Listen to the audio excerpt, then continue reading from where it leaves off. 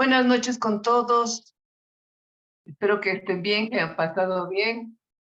Continuando con nuestras clases, hoy me permito presentarles a la doctora Ana Muñoz con el tema apoyo psicológico en emergencias y desastres. Voy a dar una breve reseña de su hoja de vida. Ella tiene una maestría en psicología con mención en atención en emergencias y desastres, especialización en psicología de emergencias, especialización en psicología humanista y el título de psicóloga en la Universidad Central del Ecuador. En su experiencia laboral, coordinadora de salud mental y apoyo psicosocial, proyecto de salud y protección en ADRA, coordinadora de psicología en emergencias, Cuerpo de Bomberos del Distrito Metropolitano de Quito, coordinación de proyectos, protección especial para la infancia, apoyo psicosocial y movilidad humana en ADRA, especialista de protección en el proyecto UNICEF y Hayes, directora del Centro Psicológico Infantil Matita de Puno, responsable nacional de apoyo psicosocial en la Cruz Roja Ecuatoriana, psicóloga en la Fundación de Parálisis Cerebral, FUNAPEI, conferencista y facilitadora en temas de sensibilización, instituciones públicas y privadas. Con este pequeño resumen de la hoja de vida, me permito presentarles a la psicóloga Ana Marcela Muñoz. Adelante, Anita. Listo, gracias por la introducción, Martita, y ahora sí vamos a comenzar.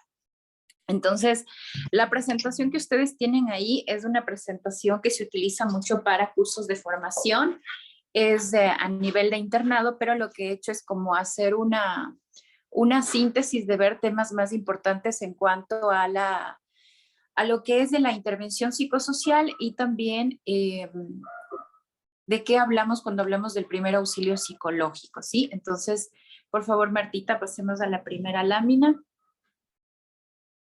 ¿Ya está? ¿Sí se ve la Sí. presentación? Sí se ve. Ok, entonces vamos a hablar primero de algunos objetivos con esto, que es definir primero los conceptos. Es importante que el personal que está enrolado en acciones humanitarias o de cooperación o de intervención en emergencias puedan conocer qué engloba la intervención psicosocial y también de qué hablamos cuando hablamos del primer auxilio psicológico. Y para poder comprender es importante que veamos los roles, identificar los niveles de intervención, pero también que nosotros podamos saber qué se entiende por salud mental. Si me ayuda pasando a la siguiente, Martita.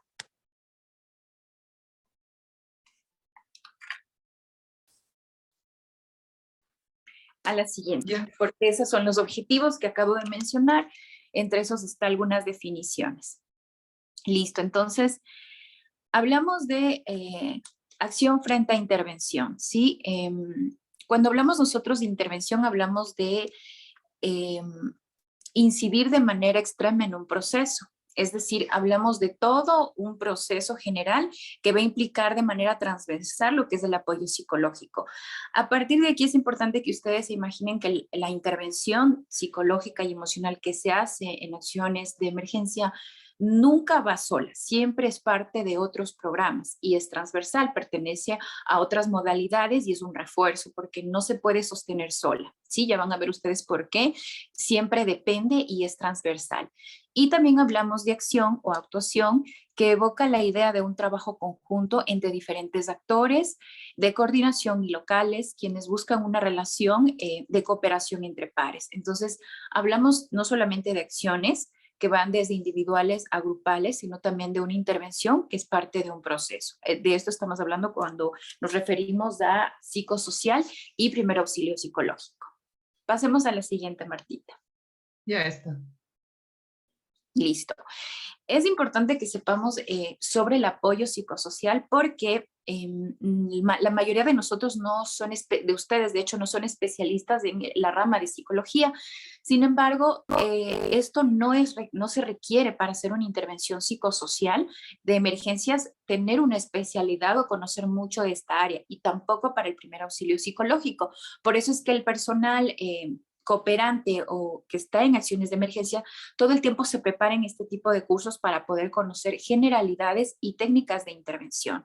Entonces, cuando hablamos nosotros del apoyo psicosocial, hablamos de procesos que van a facilitar que las personas se recuperen, y aquí aparece un término que se llama resiliencia, ¿sí? No solamente para personas individuales, sino para grupos familiares y para comunidades. También hablamos de que este proceso de facilitar que un grupo se reponga a una adversidad incluye algunos principios humanitarios que respeten la independencia de la dignidad y mecanismos de afrontamiento que van a tener, y sobre todo la dinámica en la que venían ellos funcionando. Entonces, no solamente promueve la rehabilitación, sino también que se restaure y el grupo se cohesione, ¿sí? Aparte de otro tipo de asistencia que también se da. Pasemos a la siguiente.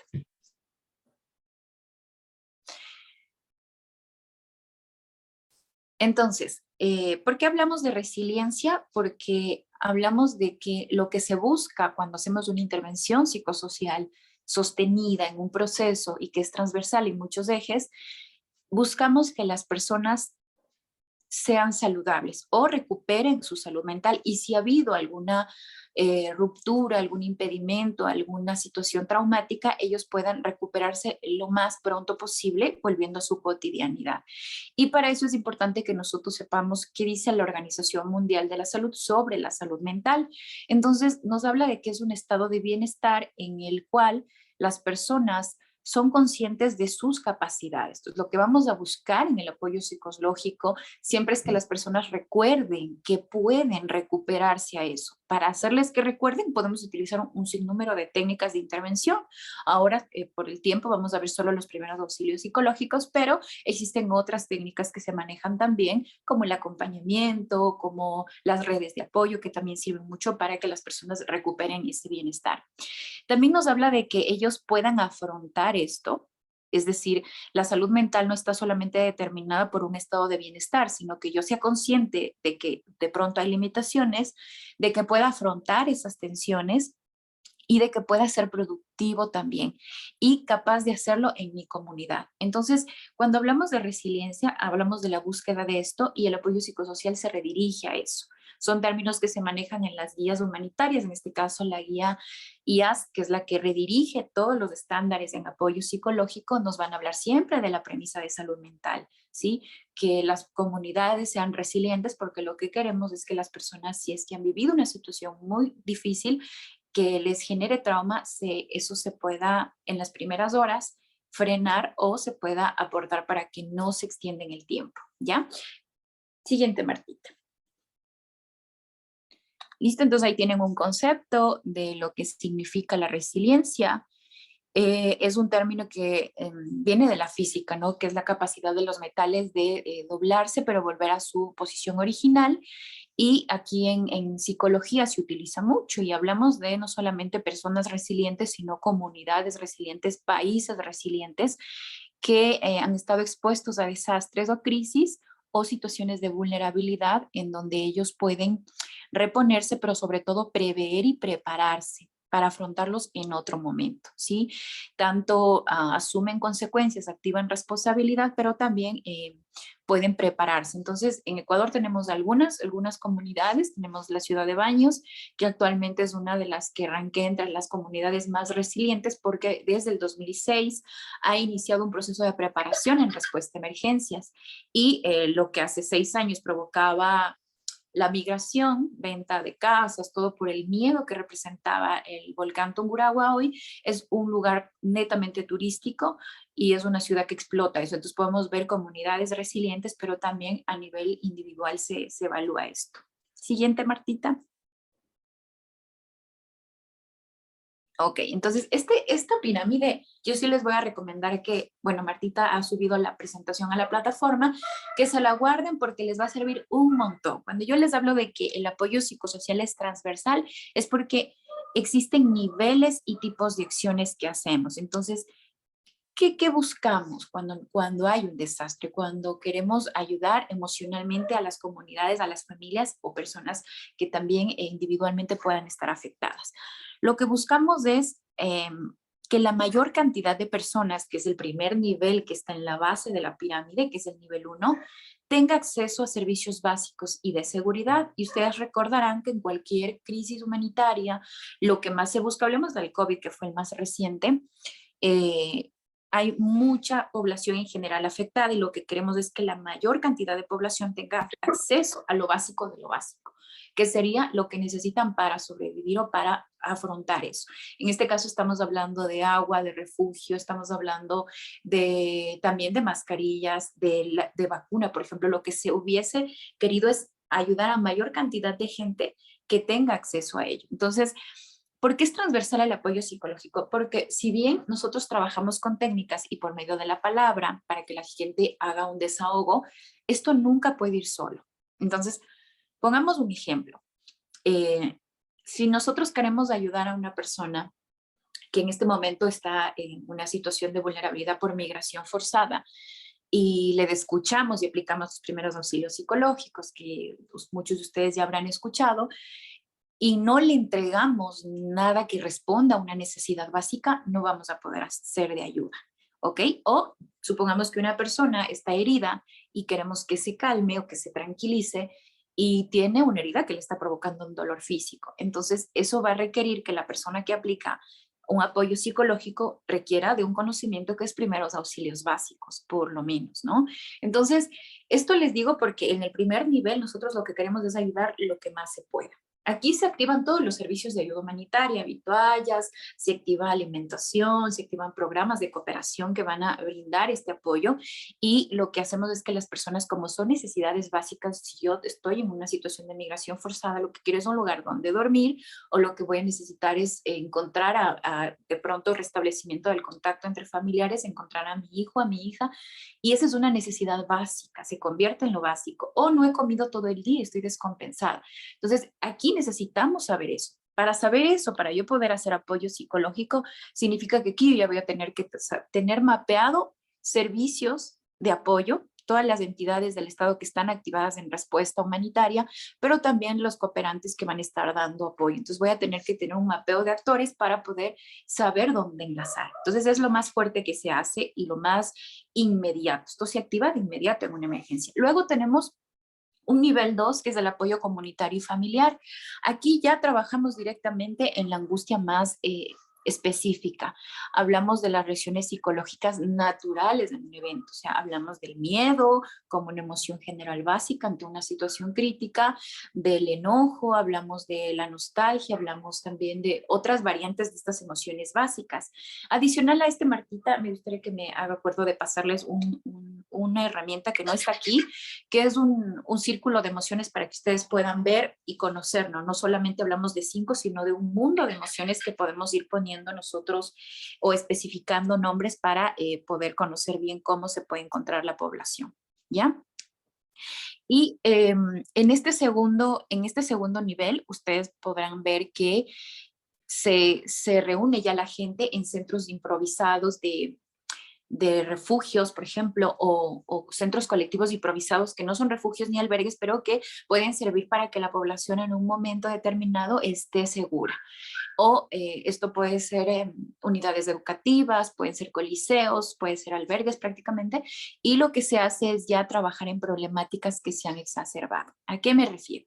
Hablemos de la misma migración como ejemplo, y en un segundo nivel estamos hablando de que cuando yo activo un centro colectivo que se improvisó porque la gente tiene que reunirse esta noche en algún lugar para no estar en peligro o en riesgo del clima, del peligro, esta unión no ha sido pensada, no ha sido un albergue distribuido por baños y todo. ¿Qué son los riesgos que yo voy a vivir ahí? Primero, que se pierdan cosas porque alguien las tome sin que esté autorizado, es decir, aumenten robos, aumenten hurtos.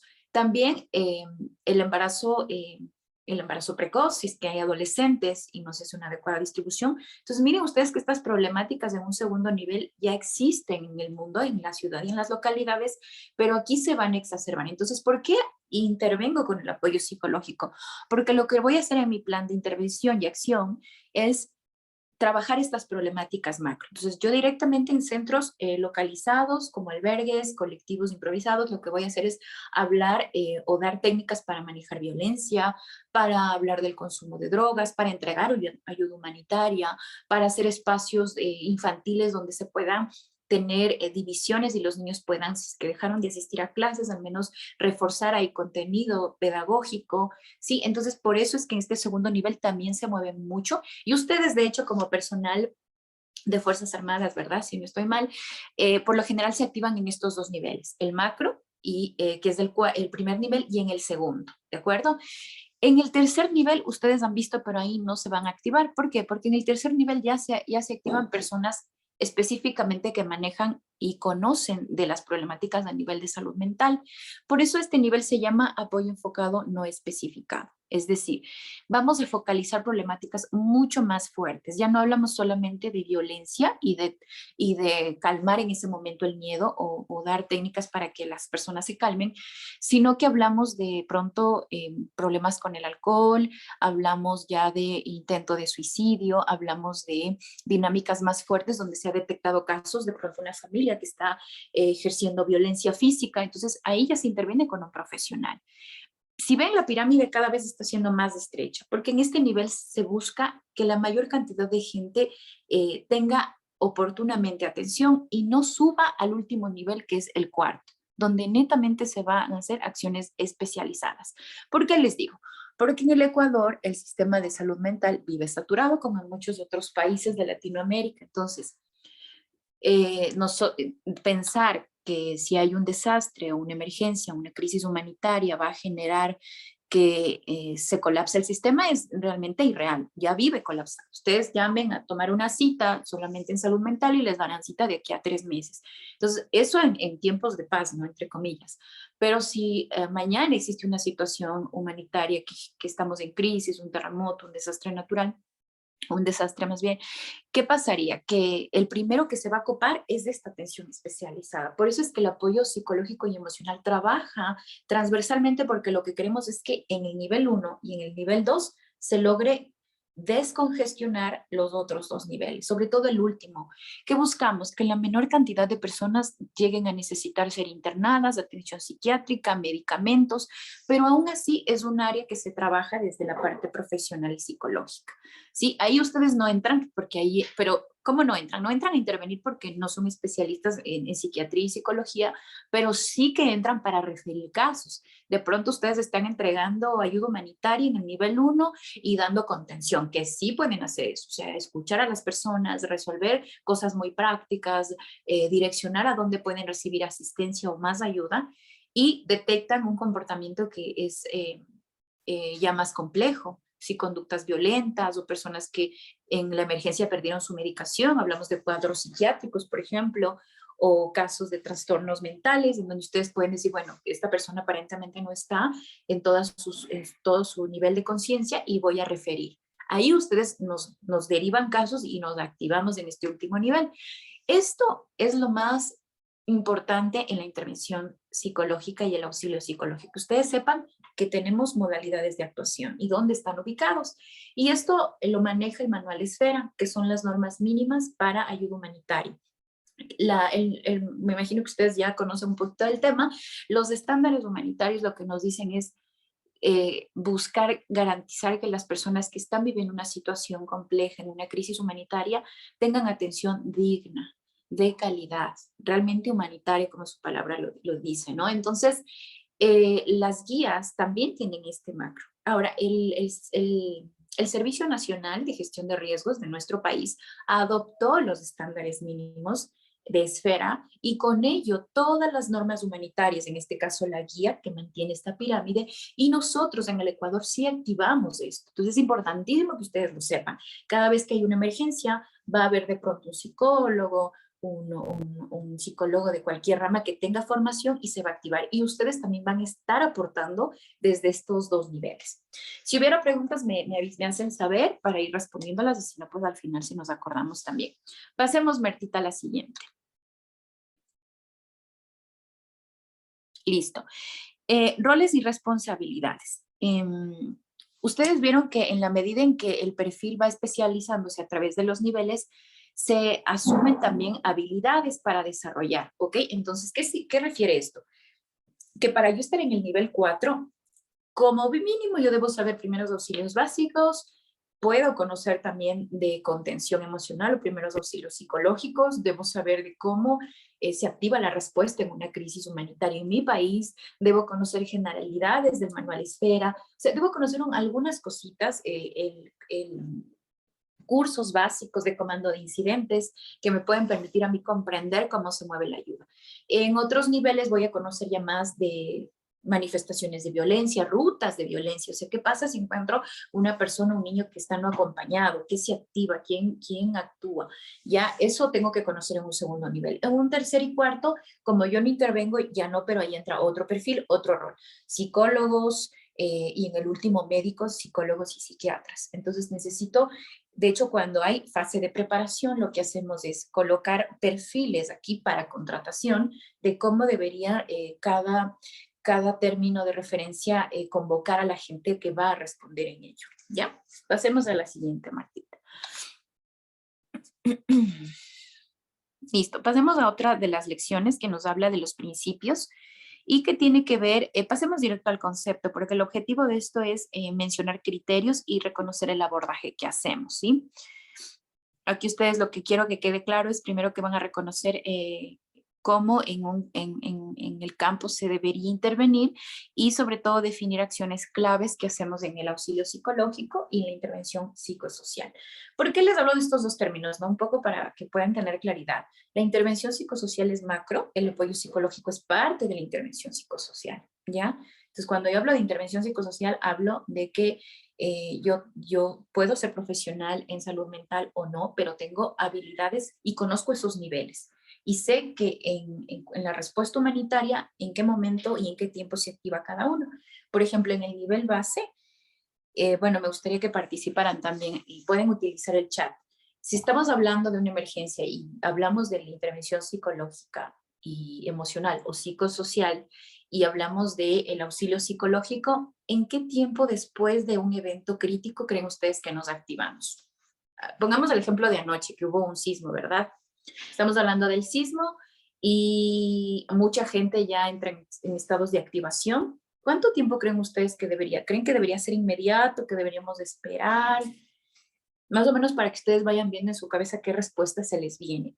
La intervención psicosocial es inmediata y entra dentro de las primeras 72 horas. Nos activamos inmediatamente. Sí, correcto, Marcelo. Tal como nos dice su compañero, es inmediato. Entonces, en el momento en que empiezan las evaluaciones de daño, que son los de DAM, recuerdan ustedes, ahí debe haber un ítem que levante también, aparte de cuántas casas, de cuánta gente está afectada, de salud, dentro del componente de salud vemos gente que está en estados de alerta, gente que está llorando, gente que no quiere regresar a su casa, que ha activado niveles de nerviosismo. Entonces, eso es durante las primeras etapas. Para ir al segundo nivel habrá otros tiempos, es decir, después de las primeras 72 horas, hablo desde la primera semana. Y los otros niveles ya hablan en otras áreas, como de recuperación, ¿sí? Ya obedecen a otros proyectos o procesos más largos, como intervenciones comunitarias de desarrollo. Entonces, hablamos de lo psicosocial, ¿sí? ¿Qué quiere decir lo psicosocial? Hablamos de una perspectiva que es un enfoque transversal y también del campo de acción que es lineal. Ustedes vieron la pirámide que se enfoca en principios humanitarios, estándares humanitarios. Desde ahí viene este término también de psicológico, pero a nivel comunitario. Es decir, vamos a tratar de evitar que la mayor cantidad de gente llegue, como les decía, a necesitar ayuda especializada. Hacemos, Martita. Este concepto psicosocial se comprende en salud mental desde un enfoque que es el enfoque salutogénico, ¿sí? Que es muy contrario al patogénico, es decir, buscamos o nos centramos en que las personas pueden llegar a ser resilientes. Si yo sé que el sismo que ocurrió ayer y quiero hacer una intervención psicosocial, mi enfoque va a ser en que la población va a tener que activar o puede activar, obviamente con un análisis de intervención, una valoración ya más específica psicosocial, puedo plantear que la gente tiene herramientas o dar herramientas para que se recupere pronto. No me baso en en la patogénesis, es decir, enfocarme en niños que están teniendo conductas regresivas y tienen más miedo de regresar a la casa, personas que están más enfermas y como hacer más fuerte el impacto del daño. Eso no, sino que el enfoque psicosocial nace porque nosotros se considera que las poblaciones en el momento de vivir una crisis logran sacar mecanismos que antes no estaban conscientes para poder protegerse y es mucho más fácil. Ahora, aquí les voy a poner un ejemplo. Cuando hay una emergencia humanitaria, ustedes han visto que los primeros respondientes son las comunidades. Y se aflora un instinto. De hecho, cuando ustedes vieron lo que pasó en Aulausi, la misma gente era la que empezaba a buscar y ayudar. Cuando esto ocurre en masa, en comunidades, es algo que se despierta muchísimo. La gente tiende a expresar este nivel de ayuda en muy alto, ¿sí? O sea, es muy fácil que la gente se cohesione en el dolor. Y desde ahí nosotros hacemos un enfoque de recuperación de que queremos restaurar la salud mental en estas personas. Por eso es que el enfoque es salutogénico y no patogénico. Siguiente, por favor, Martita. Listo, aquí están los enfoques también, aparte de enfocarnos en la salud, estamos también basados en la comunidad, en la acción sin daño, que es un principio de los estándares humanitarios, también hay otros, y el enfoque diferencial. ¿Sí? Pasemos al siguiente. ¿Sí? El enfoque diferencial nos habla de reconocer las vulnerabilidades en razón de su pertenencia a diferentes grupos. No es igual que yo evalúe, por eso es que en las evaluaciones de daños yo siempre he insistido en que debería haber un componente que levante esta parte psicosocial para ver hasta qué punto está afectada la población, para ser mucho más específicos, y de hecho sí hay, pero podríamos mejorarle. Y es que no es lo mismo que una persona de la misma comunidad pierda su casita a que pierda su casa, su familia y su trabajo. ¿Ok? Entonces se reconoce el nivel de vulnerabilidad, ¿sí? Este es un enfoque diferencial que se debe analizar en la intervención psicosocial. Pasemos a la siguiente, por favor. Sí, ahora dentro del enfoque diferencial hay acciones muy claves. ¿Sí? Primero, que las acciones humanitarias, los criterios de selección respondan a esto. Ustedes han visto que, de hecho, les comparto experiencias, tuve la oportunidad de verlo mucho en la migración forzada, en donde tenemos acciones claves de ayuda para la población migrante, pero los criterios de selección pueden llegar a ser un límite, porque ¿qué pasa con las familias que vienen producto de la migración forzada al Ecuador? Se sujetan para que reciban asistencia humanitaria a estos criterios. Y los criterios pueden decir que las ayudas, por ejemplo, económicas o de alimentación, son solamente para mujeres y niños de tal edad o mujeres embarazadas. Ahí hay una restricción, por ejemplo, a hombres solos que también pueden estar requiriendo de apoyo o de ayuda.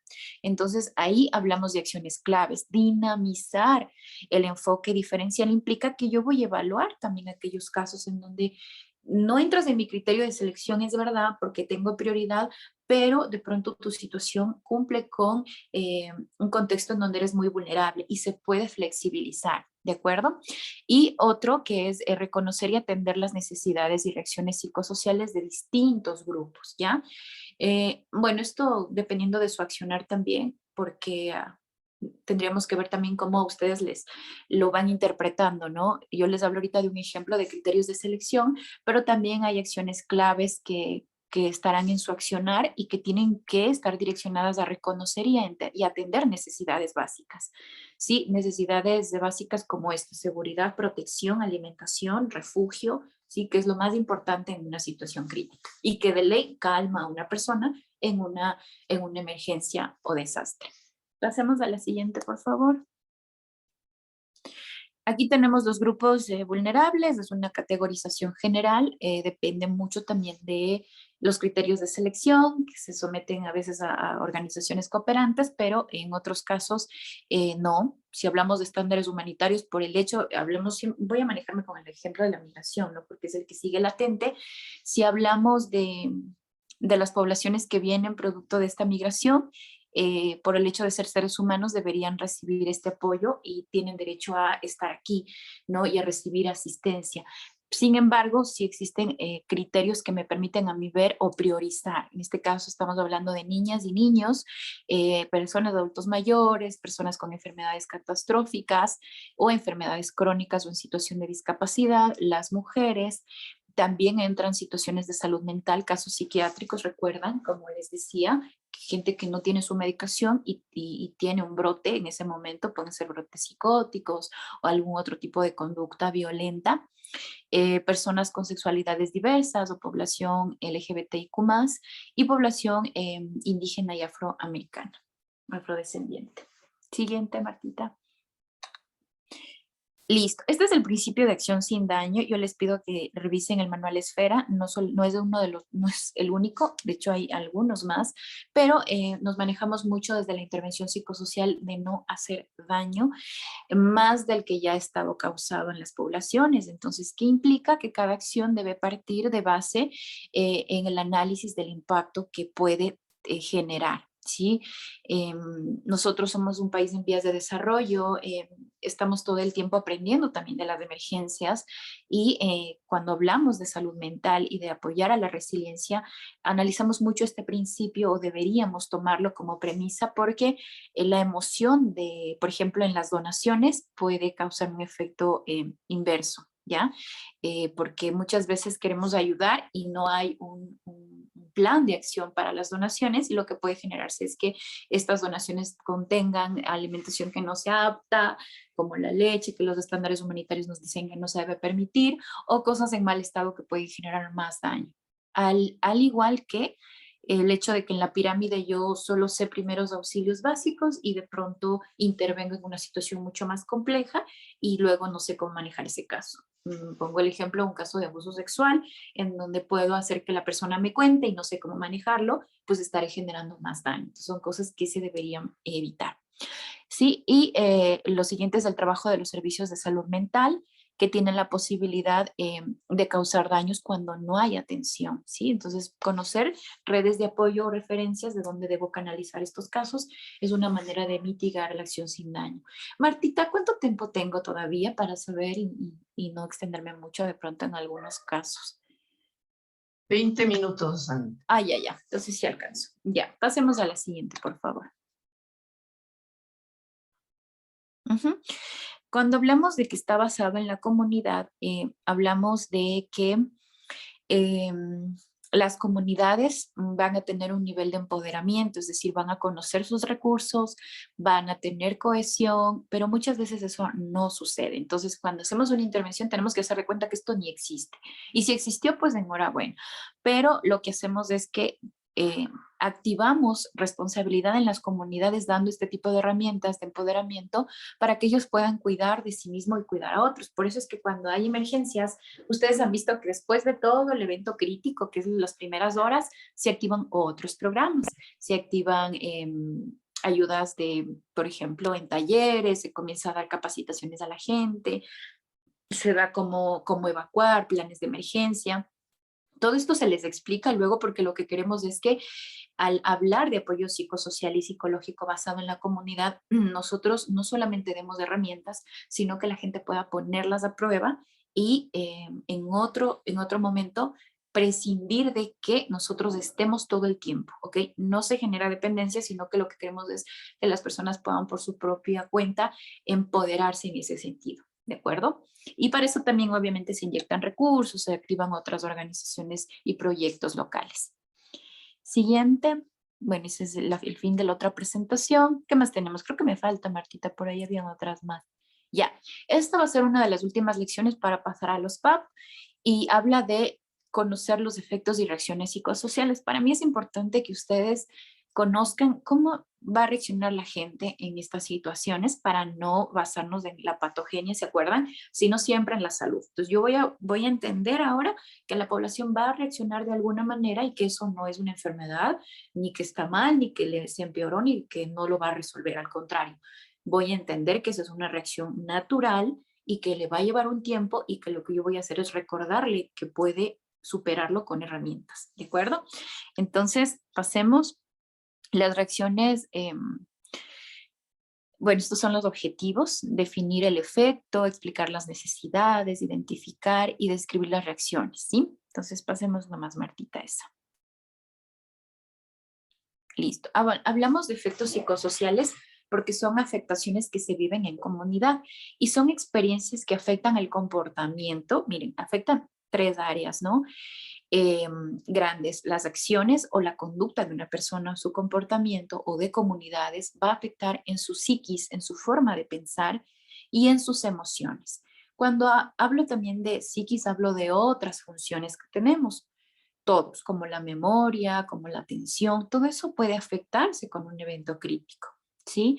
El modo de entender las situaciones también se va a afectar y se conoce como efectos psicológicos, que van a conllevar al desplazamiento de las familias, a que se perturben, a que puedan vivir situaciones más complejas, ¿ya? Entonces, aquí les voy a poner dos ejemplos para que se consolide mejor. Uno es: todos nosotros tenemos un efecto psicológico, una reacción ante una crisis, y podemos tener crisis cotidianas como un asalto, que se roben en mi departamento, que me divorcie, que me quite o el desempleo o un despido. Todo esto va a generar una reacción parecida a esto, o sea, en mi manera de pensar, en mi manera de sentir, en mis funciones cognitivas como la atención y la memoria. Y para yo restablecerme voy a necesitar también generar herramientas, ¿ok? Ahora, este es un ejemplo de crisis cotidianas que están en el día a día. Cuando yo hablo de crisis humanitarias o emergencias colectivas o eventos adversos más grandes, estoy hablando de inundaciones, lo que pasó también en Alausí, un volcán, un atentado, y se va a generar lo mismo, ¿ok? Afectación en esos niveles. Y son mucho más específicos. Incluso yo puedo mirar que la gente de pronto no quiere comer o no puede dormir, o los niños que tenían 8, 9, 10 años y eran independientes ahora quieren dormir con sus mamás, se están haciendo pipí, dejaron de hablar. Y yo, como manejo ahora este concepto y sé que el enfoque salutogénico me dice que la intervención psicosocial comprende que es una reacción natural, lo que voy a hacer es igual dar herramientas ahí como los primeros auxilios psicológicos o talleres o intervenciones en espacios improvisados para que estas personas logren recobrar su cotidianidad y puedan procesar esto, porque es temporal, ¿sí? Cuando no hago nada de eso, ahí esto se puede generar en un trauma, se puede hacer más complicado. Pero lo que hago es entender que estos efectos son naturales. Para eso también les voy a pedir que ustedes pueden revisar también en otras fuentes, porque ahorita por el tiempo no podemos, pero hay reacciones a nivel fisiológico, es decir, me tensiono más en los músculos, ahí a nivel fisiológico no duermo mis horas y puedo resistir, el cuerpo está en niveles de tanta activación que las personas, por ejemplo, que viven un desastre o que están migrando, no duerman días y no sientan dolor físico porque están activando un instinto de supervivencia. Entonces yo tengo que entender que esto puede pasar, como también otras situaciones, gente que no llore y luego se descompense, o gente que llore mucho y esté en ese momento muy irritable, ¿de acuerdo? Incluso entra la ira aquí como una reacción esperable, ¿sí? Siguiente. Aquí me gustaría como darles un dato también. Es importante que miremos siempre el tema de género porque siempre miramos mujeres y niños, pero los hombres también como cabezas de familia son quienes mayores niveles de estrés van albergando porque son los que menos ayuda a veces reciben porque se ve como los más independientes o fuertes, pero a nivel de estrés y efectos a largo plazo son los que más desarrollan desgaste o estrés postraumático, ¿ya? Entonces es importante solamente que lo tengan en cuenta y también analizar factores de riesgos. Son características o situaciones o hechos propias del entorno que aumentan la posibilidad de vivir un desajuste psicológico, ¿sí? Un factor de riesgo podría ser que yo no encuentre ayuda en ese momento o pase demasiado tiempo sin hablar de las situaciones. Es decir, cada cosa que me exacerbe más el problema que yo estoy viviendo, ¿sí? En este caso estamos hablando con las características propias del desastre o de la crisis que se esté viviendo.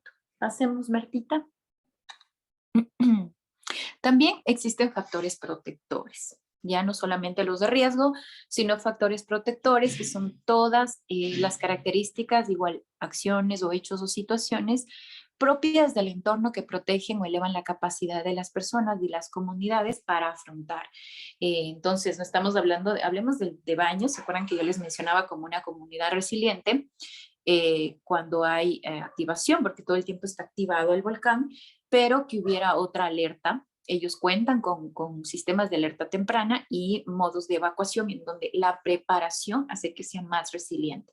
Ese es un factor que les protege. Miren, el factor de riesgo está, pero también hay factores que me protegen. Entonces, en la salud emocional también vemos esto, vemos el tipo de familia, las comunidades, hay organización barrial, las personas conocen de sus emociones, son capaces de expresarlo, tienen un nivel de vínculos fuertes, todo esto cuenta, ¿sí? Entonces yo lo que voy a tener es la capacidad de mirar cómo están estos factores y determinar en macro de, no, esta familia o este grupo o esta comunidad tiene demasiados factores de riesgo más que protectores. Entonces ahí trabajaré para potenciar factores protectores y perseguir que se puedan restablecer lo más pronto. ¿Ya? Siguiente, por favor. Existen necesidades sociales de las poblaciones afectadas o de las comunidades. Estas necesidades no son las mismas que vimos en la pirámide. ¿Se acuerdan que las otras yo les decía, buscamos protección, agua, alimento, techo, cobija, todo lo que me dé seguridad en ese momento de manera inmediata y me ayude a sobrevivir? Estas necesidades son un poco más superiores. Hablemos de seguridad, pero hablamos también de las necesidades de comunicarse. Cuando llega intervención psicosocial, tengo que saber que la gente como mínimo va a querer hablar y esto pasa. A veces hay personas que me cuentan la misma historia hasta 10 veces en el mismo albergue o que de pronto el caso ha venido de persona en persona y obviamente cuidando la confidencialidad, pero también puede afectar al personal que interviene. Entonces, la necesidad de comunicarse es algo que yo tengo que responder, ¿ok? Tengo que tener en cuenta que deben haber espacios de desahogo y para eso hay técnicas. Una que se utiliza a nivel emocional es el baúl del desahogo, los murales del desahogo. Entonces, por ejemplo, les pongo un ejemplo de cómo lo he utilizado en el auxilio psicológico. Cuando hubo el terremoto y hubieron muertes masivas porque la gente estaba bajo los escombros y había perdido la vida, las familias tenían muchos sentimientos encontrados y el transporte de los cuerpos era muy rápido, no había tiempo para hacer una entrega mucho más digna, humanitaria, sino que se trataba de hacerlo más pronto, el reconocimiento. Para poder responder a esta necesidad de comunicación, lo que hacíamos era generar un baúl donde la gente pueda despedirse o el personal interviniente puede escribir lo que siente cada vez que mira estos escenarios. Tuvimos un montón de carteles de gente que escribía tanto palabras de agradecimiento como sentimientos de dolor que se expresan. Entonces lo que hacemos es facilitar que la gente vaya comunicándose aquí, ¿ok? Otra de las necesidades es la de realizarse, es decir, que ellos puedan tener mayor autonomía, tener mayor control de lo que pasa. Aquí trabajaremos para recordarles que son capaces de, se trabaja desde el primer momento también, pero también en procesos de desarrollo local, cuando se les entrega ayuda a semillas o económicas y se les colabora con emprendimientos o se vuelve a inyectar recursos en las comunidades que han sido afectadas para que puedan generar ingresos o medios de vida. Sí, es otro. Por eso, miren, aquí es transversal, aquí se trabaja con otros programas. También otra necesidad que se responde en momentos críticos es necesidades de actividades que brinden variedad o sean lúdicas. La lúdica no va asociada a la infancia. Yo sé que todos escuchamos lúdica y pensamos en los niños, pero no. Las necesidades de actividades lúdicas tienen que ver con la población adulta que también tiene esta necesidad de expresarse. Entonces hay que buscar que no solamente los espacios de protección infantil, los espacios seguros que la UNICEF activa todo el tiempo que hay emergencias, sino también mirar que los adultos puedan estar drenando todo el estrés que tienen, ¿ok? Y también necesidades de aprender. O sea, todo el tiempo se tiene que dar opciones de que la gente recupere la cotidianidad. Cuando nosotros tenemos comunidades abandonadas, y quiero ponerles el ejemplo real, ustedes ven a la UCI como está en este momento, cuando yo no respondo a la necesidad psicológica de la población afectada, pueden guardarse sentimientos de mucha rabia y mucho rencor, tanto con directores o como con líderes, ¿ok? Entonces voy a generar comportamientos hostiles, de violencia, donde la gente no se siente en su dolor reconocida y puede tener conductas inapropiadas. Sí, también puede pasar ello. Les mencionaba la UCI porque hay población que guarda mucho resentimiento. Primero están manejando un duelo donde no encuentran a familiares y se afrontan con que tampoco hay recursos para que la comunidad y la respuesta en ese momento colabore para ello. Entonces, miren, de pronto yo puedo ser muy psicóloga, pero lo que estas personas requieren más que escucharme es que vaya a una excavadora o vaya a asistencia en ese momento, y eso puede ir acompañada de la palabra. Entonces, eso es lo que se tiene que priorizar. Pasemos a la siguiente, Martita, por favor. Aquí vamos a hablar ya de los tiempos. El apoyo psicosocial se activa en 3 momentos y el auxilio psicológico también. En el antes, que es el ciclo de las respuestas de emergencias, ¿no? Que hablamos de, más que de la respuesta de la intervención, ¿no? Primero, entrenar equipos. Por ejemplo, ustedes estarían ahorita en una fase del antes. Antes de que pase alguna situación crítica, se están preparando constantemente. ¿Ok? Se crea infraestructura de respuesta, se entrena equipos con simulacros, con capacitaciones, se desarrollan acciones de educación y preparación, información, se fortalece a los equipos actualizando los saberes que ellos tienen, se planea atención y seguimiento de riesgos y amenazas. ¿Sí? Esto se hace en el antes. Luego tenemos el durante. Martita, pasémosle a la siguiente, por favor. En donde ya establecemos acciones de soporte e intervención. Es importantísimo porque puede ser que en plena emergencia yo me encuentre con que mi grupo no está capacitado y pueda responder, y en ese momento toque capacitar. Entonces, tratemos de como entender que son los tiempos muy importantes, porque en el antes está la preparación, en el durante lo que ya se quiere es reacción inmediata.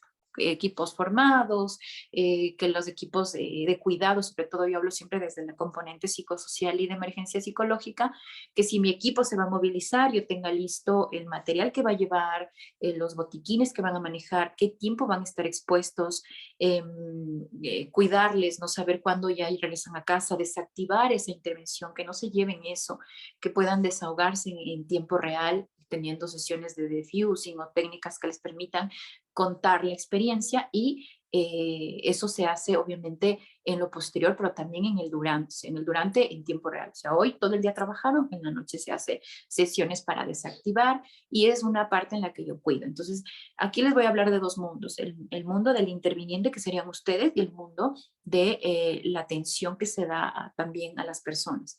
Entonces, tanto está en juego mi salud mental, pero también lo que yo entrego para que la gente a nivel de salud mental se recupere.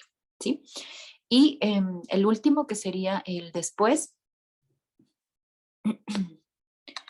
el después del evento crítico, de una emergencia o de un desastre, que habla de priorizar grupos para la intervención. Aquí hablamos ya de grupos que están en los otros niveles, y propiciar ayuda a las familias más sostenido, fortalecer equipos de soporte. Mi equipo ya salió, por ejemplo, de labores de rescate, tengo que mirar cómo están, o las comunidades donde estuvieron interviniendo también cómo está, si es mi eje de acción. Establecer acciones de reconstrucción y rehabilitación. Aquí hablamos de desarrollo local, construcción de infraestructura, programas de medios de vida, proyectos locales, comunidades resilientes que a largo plazo puedan tener ya niveles de resiliencia y cuenten con ese soporte, ¿ok? Este ya es el después, y vuelvo al ciclo otra vez de preparación y así, ¿sí? Vamos a la siguiente. Entonces, hay algo que también, bueno, me gustaría compartir con ustedes, y son las reacciones de acuerdo a las etapas.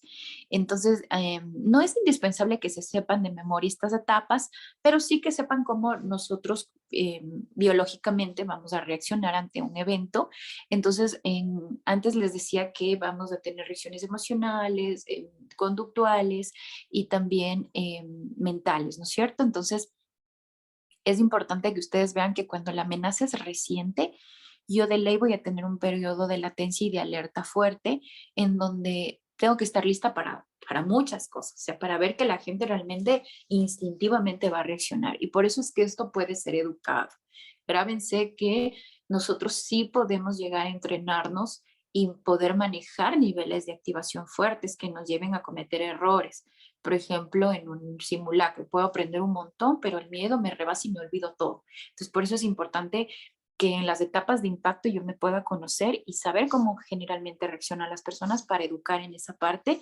Luego tenemos tanto la de preimpacto, impacto que es en el momento de alerta, luego de postimpacto en donde yo me relajo un poco y digo, bueno, ya pasó, que irá a pasar luego.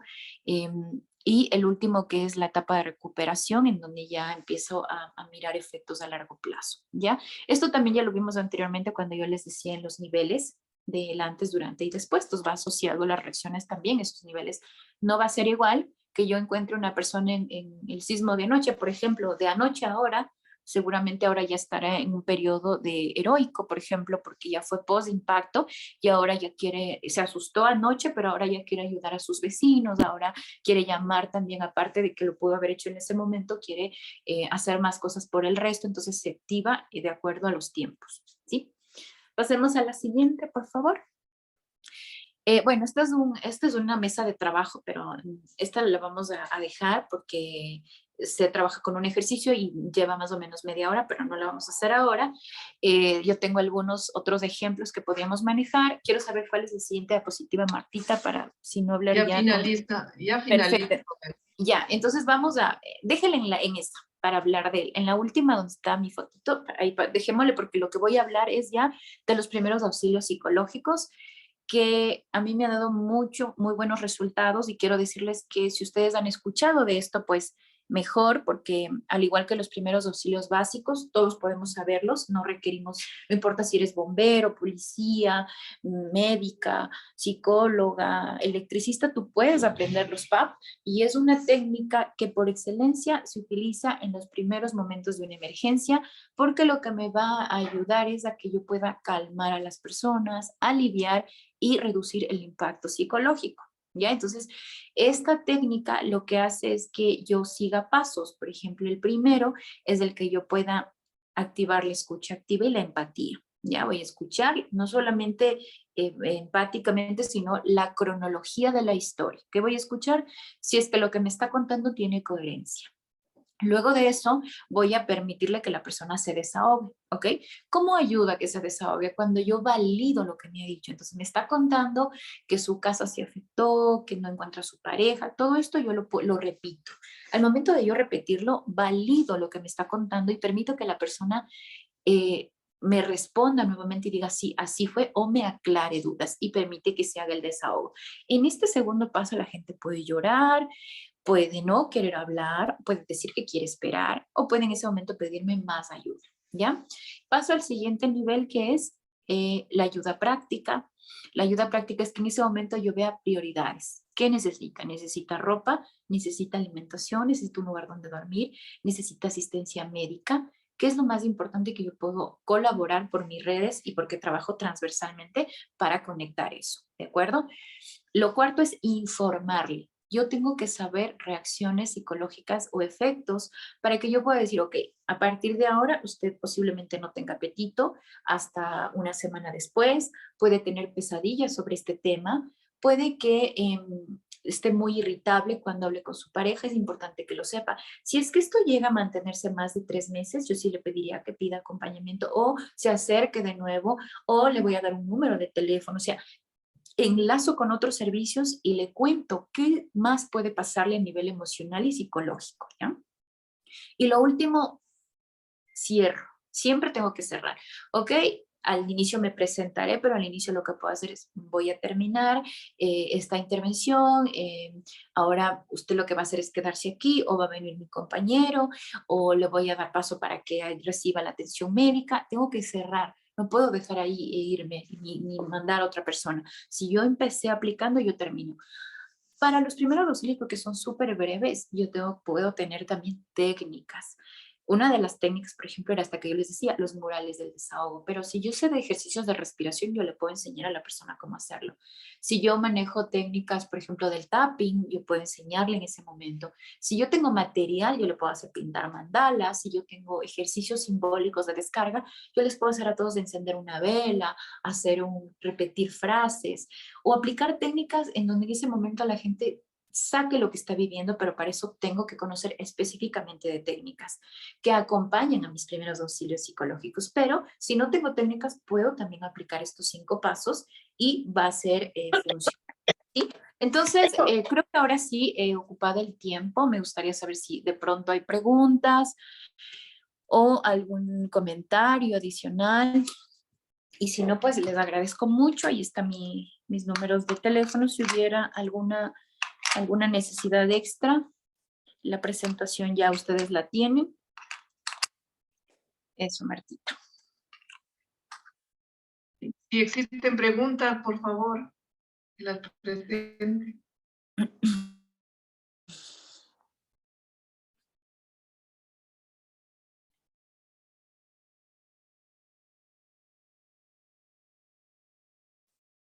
¿Alguna pregunta? Tal vez, buenas noches. Yo quisiera Buenas preguntarle noches, tal vez en la parte de Alausí. ¿ya? Usted sabe tal vez, o si usted intervino en ese desastre, ¿cómo le hicieron la actividad psicológica aplicando o contrarrestando los efectos psicosociales, perdón?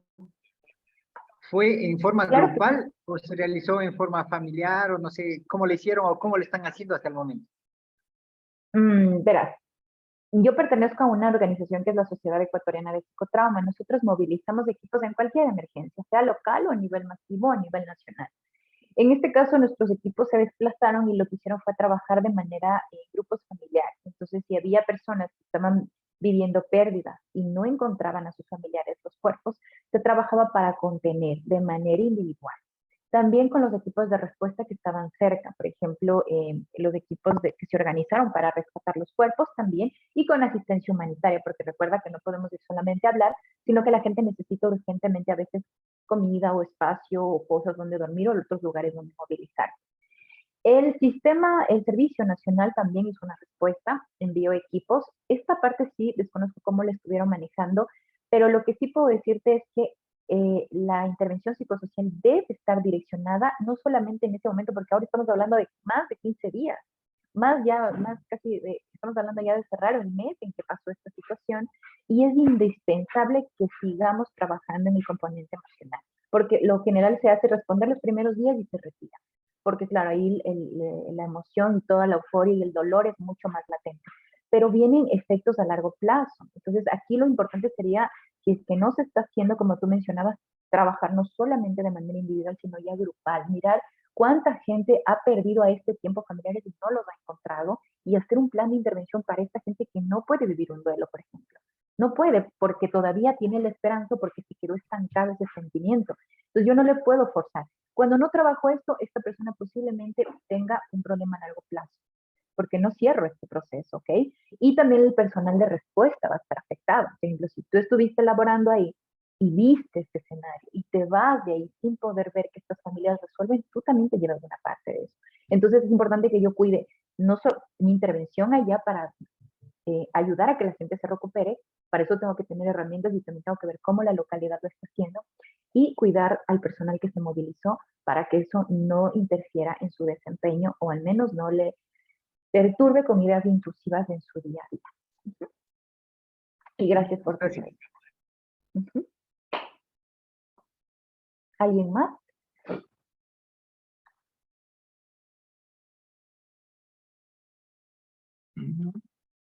¿No?